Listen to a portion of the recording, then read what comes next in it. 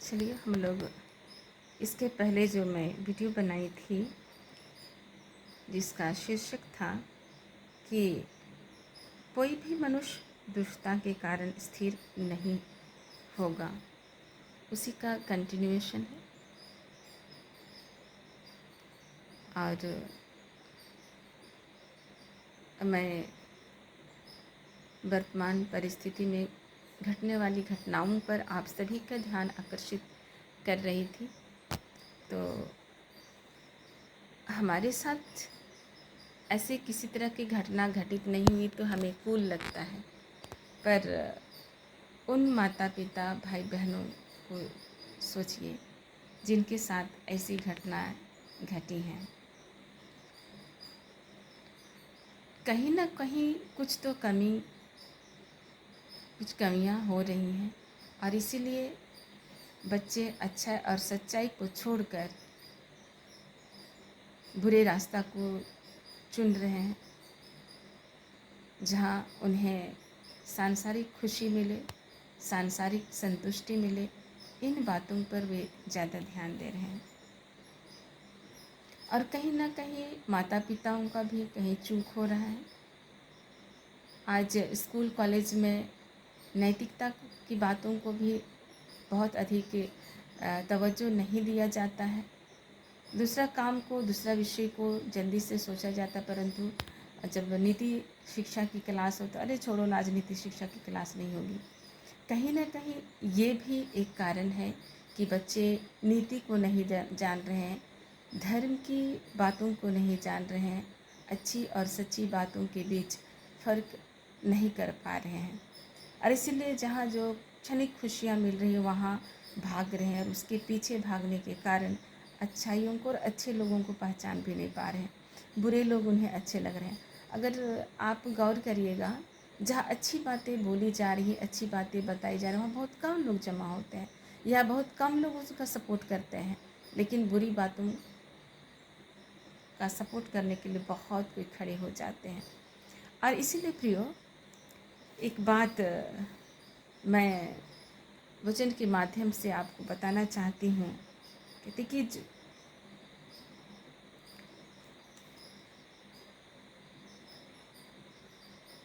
भली स्त्री अपने पति का मुकुट है। भली स्त्री अपने पति का मुकुट है, परंतु जो लज्जा के काम करती वह मानो उसकी हड्डियों के सड़ने का कारण होती है। धर्मियों की कल्पनाएं न्याय की ही होती है, परंतु दुष्ट की युक्तियां छल की हैं। दुष्टों की बातचीत हत्या करने के लिए घात लगाने की विषय होती है। दुष्टों की बातचीत हत्या करने के लिए घात लगाने के विषय होती है, परंतु सीधे लोग अपने मुंह को बात के द्वारा छुड़ाने वाले होते हैं। जब दुष्ट लोग उल्टे जाते हैं तब वे रहते ही नहीं, परंतु धर्मियों का घर स्थिर रहता है। मनुष्य की बुद्धि के अनुसार उसकी प्रशंसा होती है, मनुष्य की बुद्धि के अनुसार उसकी प्रशंसा होती है, परंतु कुटिल तुच्छ जाना जाता है। जो रोटी की आस लगाए रहता है और पढ़ाई मारता है, उससे दास रखने वाला छोटा मनुष्य भी उत्तम है। ठीक से सुनिएगा। जो रोटी की आस लगाए रखता है और बड़ाई मारता है, उससे दास रखने वाला छोटा मनुष्य भी उत्तम है। धर्मी अपने पशु के भी प्राण की सुधि रखता है, परंतु दुष्टों की दया भी निर्दयता है। जो अपनी भूमि को जोतता वह पेट भर खाता है, परंतु जो निकम्मों की संगति करता वह निर्बुद्धि ठहरता है। दुष्ट जन बुरे लोगों के जाल की अभिलाषा करता है, परंतु धर्मियों की जड़ हरी भरी रहती है।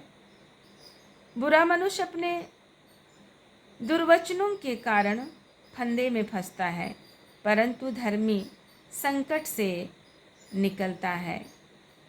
सज्जन अपने वचनों के फल के द्वारा भलाई से तृप्त होता है, और जैसी जिसकी करनी वैसे उसकी भरनी होती है।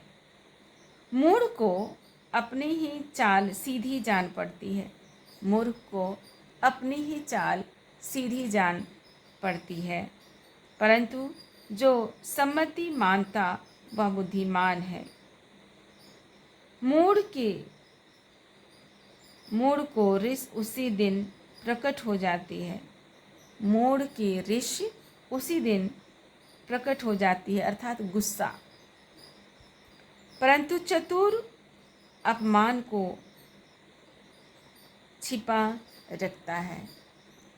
देखिए, इतनी सारी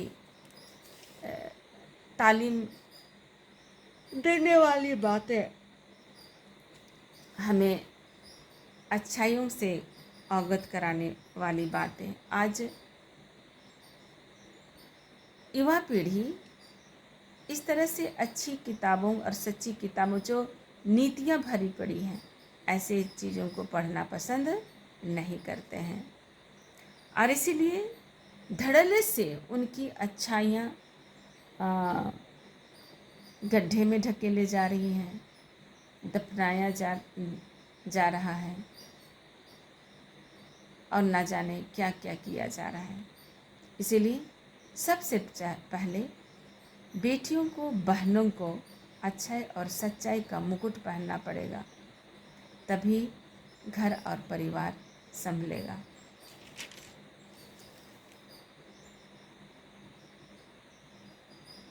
क्योंकि बुरी युक्ति करने वालों के मन में छल हमेशा रहता है। बुरी युक्ति करने वालों के मन में हमेशा छल रहती है, और आज यही छल, यही ईर्ष्या, अपने औकात से ज़्यादा पाने की अभिलाषा लोगों के लिए खतरे का कारण बन रहा है। और कितना सुंदर परिवार हो सकता है। आप जो हानि का कारण बनते हैं, आप जो हमेशा दूसरों के लिए हानि का कारण बन रहे हैं, तो ऐसे लोगों के लिए इन बातों को बताया जाता है। आज हानि का कारण नहीं, परंतु खुशी का कारण बनने की आवश्यकता है। एक दूसरे के लिए खुशी बांटने में कितना आनंद होता है, आप इसको अंगीकार करके तो देखिए, बाकी सब अच्छा हो जाएगा। आज सिर्फ आपके आंगन में अच्छाइयों की अपेक्षा ना करें। आज पूरा विश्व हमारा घर है, और हमारे जितने भी लोग हैं जो हमारे लिए सुरक्षा का कारण बन के डटे हुए हैं, उन भाइयों को भी मैं याद करती हूँ।